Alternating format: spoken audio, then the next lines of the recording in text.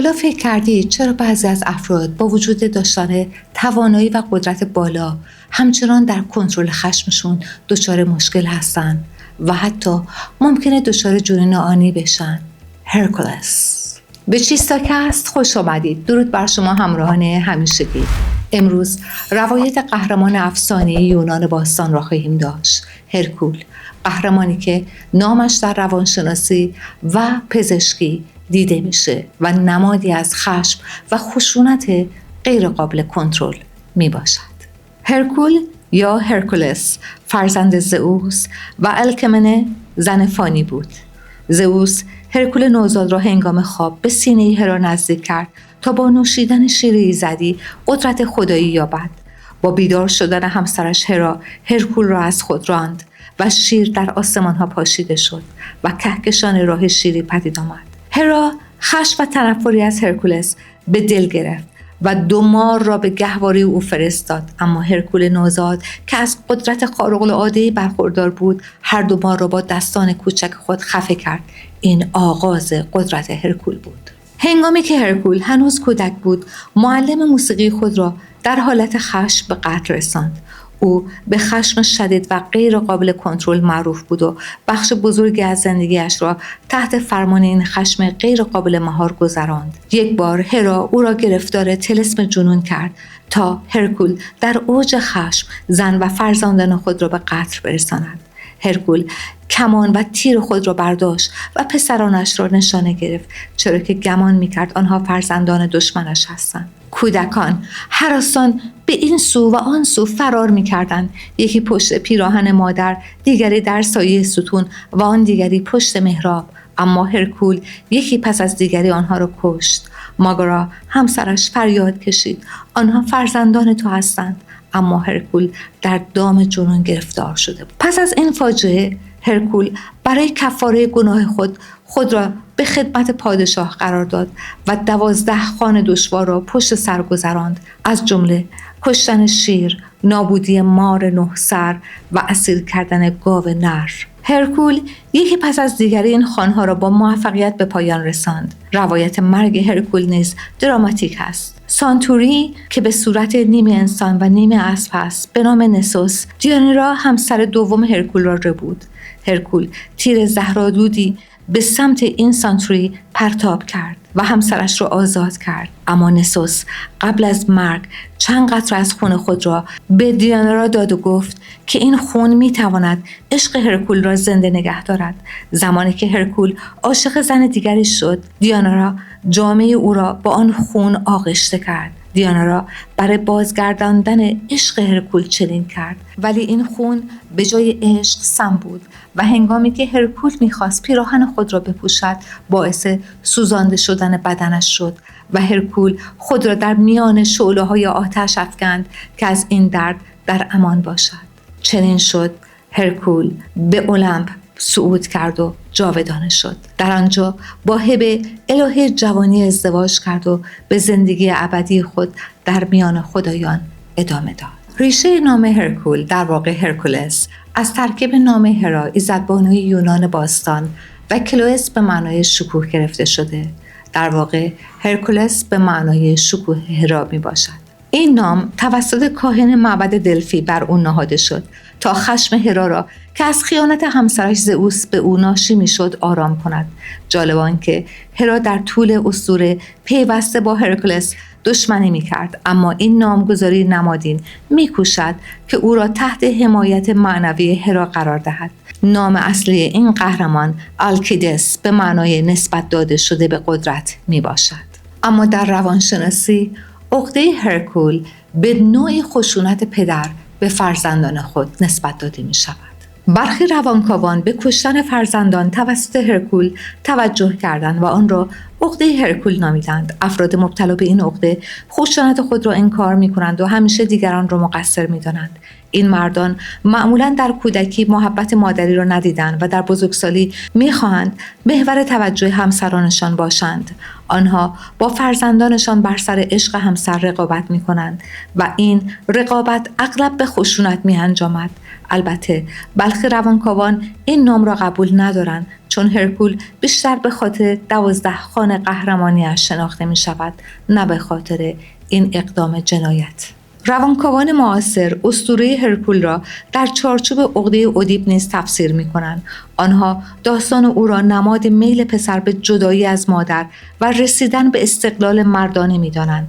جالب است که هرکول بسیار به هرا مادر ناتنیاش وابسته بود، آنقدر که نامش به معنای شکوه هرا شد، در حالی که نام اصلیش الکیدس یعنی قدرتمند بود. این وابستگی شدید و در عین حال تلاش برای جدایی ویژگی اصلی داستان اوست. مارگارت ماهلر، روانکاو مشهور، 3 مرحله رشدی برای کودک تعریف می‌کند. خودماندگی، کودک فقط خود را می‌شناسد. همزیستی، کودک با مادر یکی است. و جدایی، کودک خود را از مادر جدا می‌بیند. هرکول نماد همین مسیر دشوار جدایی از مادر است. او باید از سایه مادری که او را طرد کرده بود بیرون می آمد و به استقلال واقعی می رسید. افراد مبتلا به عقده هرکول معمولاً مستعد خشونت هستند، درست مثل خود هرکول که در اسطوره‌ها همیشه درگیر نبرد بود. قدرت فیزیکی او، رفتارهای جنگجویانه‌اش و پیروزی در همه نبردها همه نشانه‌هایی از این عقده هستند. این افراد باید مدام قدرت خود را نشان دهند تا ثابت کنند از سایه مادری که آنها را طرد کرده و اخراج شدند به استقلال رسیدند. در حیطه عصب شناسی نام قدیمی سر به لاتین مربوس هرکولس بود، به معنای بیماری هرکول. زیرا هرکول نخستین کسی بود که علائم بیماری را از خود نشان داد. هنگامی که می‌خواست قربانی خود را به زئوس تقدیم کند، دچار حملات جنون شد. علائمی مانند چرخش چشم‌ها، کف کردن دهان و از دست دادن هوشیاری در او دیده شد. همین توصیفات باعث شد سر در دوران باستان بیماری مقدس یا بیماری هرکول نامیده شود. در یونان باستان سر را با نام‌هایی مانند بیماری ماه و دیوزدگی نیز می‌شناختند. مردم باور داشتند که جنون هرکول ناشی از فرسودگی جسمی است که به فرسودگی روانی و در نهایت جنون موقت منجر شد. آنها علائم مختلف سر را به خدایان متعددی مانند هرا، پوزایدن و آپولو نسبت می‌دادند. پزشکان رومی نیز برای توصیف تشنج‌های بیماری سر از بیماری هرکول استفاده می‌کردند. اما این نگرش با استدلال‌های انقلابی بقراط به چالش کشیده شد. او در اثر خود کورپوس بقراطی ادعا کرد که منشأ این بیماری مغز انسان است، نه خدایان، و آن را ناشی از عدم تعادل بلغم یا صفرا می‌دانست. بقراط برای اولین بار اعلام کرد که سر برخلاف نامش یک بیماری با منشأ طبیعی و مرتبط با مغز است. این تغییر نگاه آغاز درک علمی از بیماری‌های عصبی بود. از دیدگاه پزشکی امروز علائم توصیف شده برای هرکول می‌تواند مطابق با سایکوز پس از حمله باشد که پس از تشنج رخ می‌دهد و با هذیان، توهم و رفتار خشونت‌آمیز همراه است. ساختارهای مغزی مانند لوب گیجگاهی و آمیگدال در بروز پرخاشگری نقش دارند. موارد ثبت شده از بیماران مصروعی که در این حالت مرتکب جرایم شدند وجود دارد. این اسطوره نشان می‌دهد چگونه بیماری‌های عصبی همواره در تار و پود فرهنگ و تاریخ بافته شدند. همچنین اصطلاح دیگری از نام هرکول در پزشکی دیده می‌شود: سندروم هرکول کودک. اینفانت هرکولس سیندروم به وضعیتی در کودکان اطلاق می شود که با توسعه جنسی و عضلانی زودرس و افزایش قدرت عضلات همراه است. سندروم هرکول نوزاد به این نام به چند بیماری مختلف داده می شود که یک ویژگی مشترک دارند: قدرت یا حجم عضلات در نوزاد به طور غیر عادی زیاد به نظر می رسد. این بیماری ها شامل موارد زیر هستند: یک نوع کمکاری تیروئید. در این حالت عضلات کودک بزرگ شده به نظر می رسند، اما در واقع ضعیف و کند هستند و با علائم دیگری مانند تورم بدن و عقب ماندگی رشد همراه است. 2. مشکل در غده فوق کلیوی.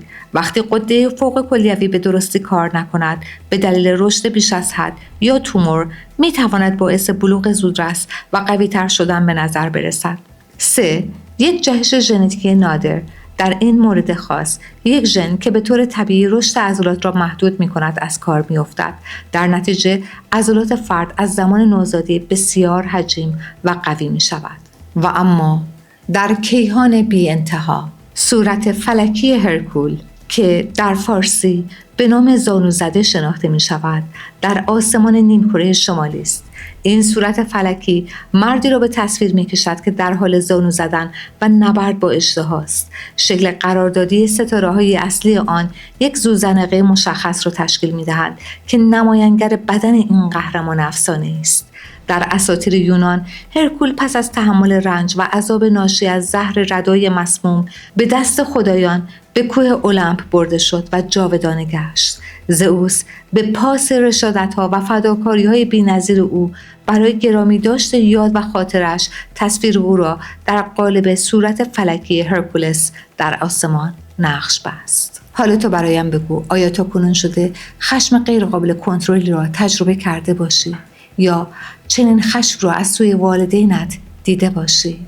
این ویدیو رو برای دوستانت ارسال کن و کانال رو سابسکرایب کن تا از برنامه بعدی مطلع باشی. در برنامه بعدی به بررسی افسانه 12 خان هرکول میپردازیم و آن را از نظر روانشناسی مورد تحلیل قرار میدهیم. تا درودی دیگر، بدرود.